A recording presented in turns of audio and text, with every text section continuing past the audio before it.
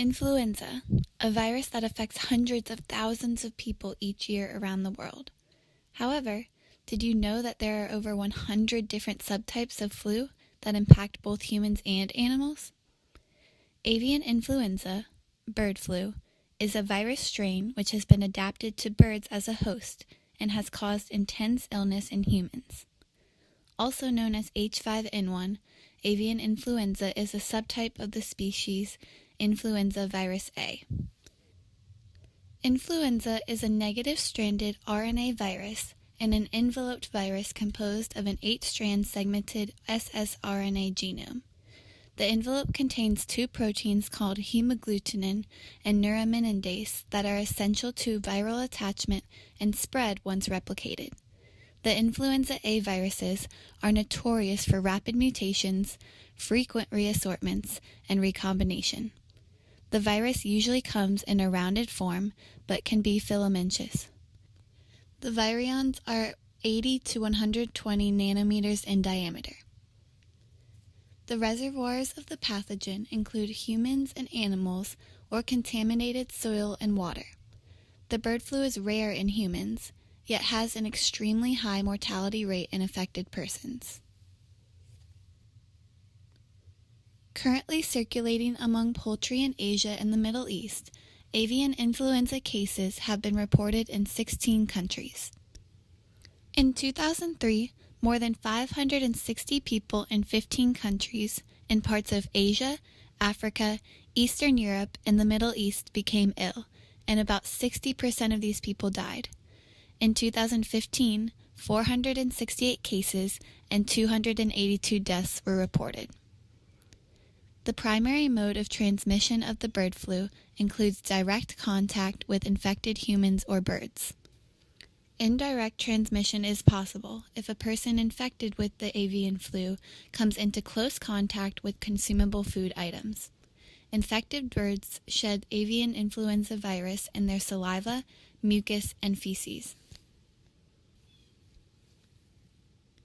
Genetic analysis suggests that the influenza A subtypes that afflict mainly non-avian animals, including humans, pigs, whales, and horses, derive at least partially from bird flu subtypes.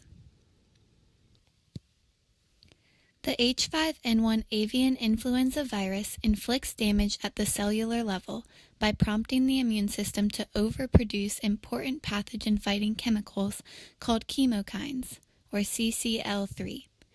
The overproduction of these chemicals triggers an exaggerated immune response. Hyperresponse actually exacerbates damage done by the virus. All strains of influenza generate about the same amount of infection. The difference lies in immune response.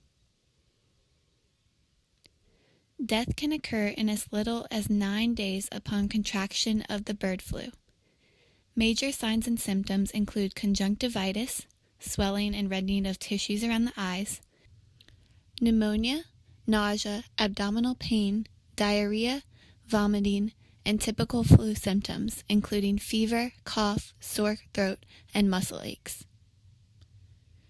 So how does our immune system respond to the presence of H5N1? Well, first, the pathogen H5N1 enters the body. Then it triggers the innate immune system and kills the pathogen.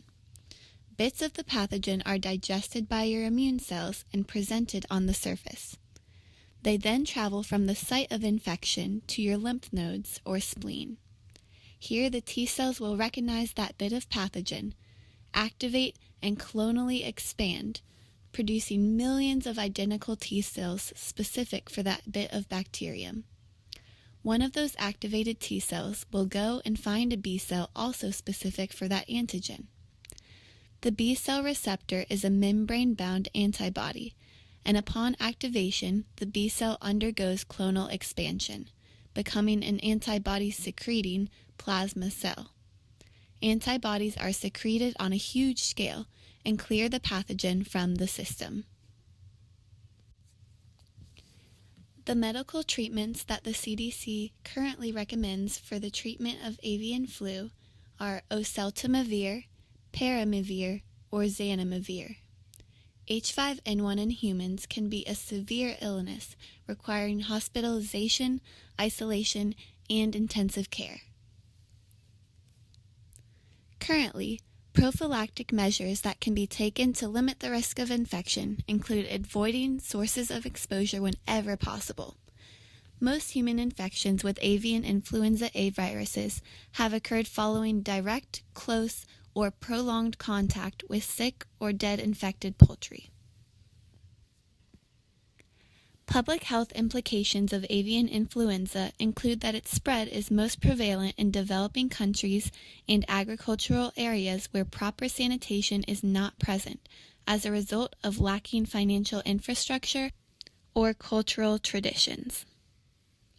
As many households in developing countries depend on their poultry for income or food, families usually sell or slaughter and consume their birds if signs of illness begin to appear. This practice has hindered efforts to limit the spread of disease. For this reason, it is important for safe and preventative policies and practices to be implemented into daily life for those who keep wild poultry or livestock. Practices that can help limit disease spread include giving chickens and other species of poultry vaccines, avoiding direct contact with infected birds, washing your hands often, especially after working closely with poultry or livestock, eating hot food to ensure that all potential disease-causing agents are cleared from a dead animal system, reducing the host environment by slaughtering sick, potentially infected birds and disposing of them properly. Most effective in limiting spread of the avian flu may be educational programs in agricultural regions, especially in the developing world, that teach proper practices for both handling poultry and recognizing signs or symptoms of the avian flu. If major global health organizations can commit to implementing these programs, avian influenza may just fly away for good.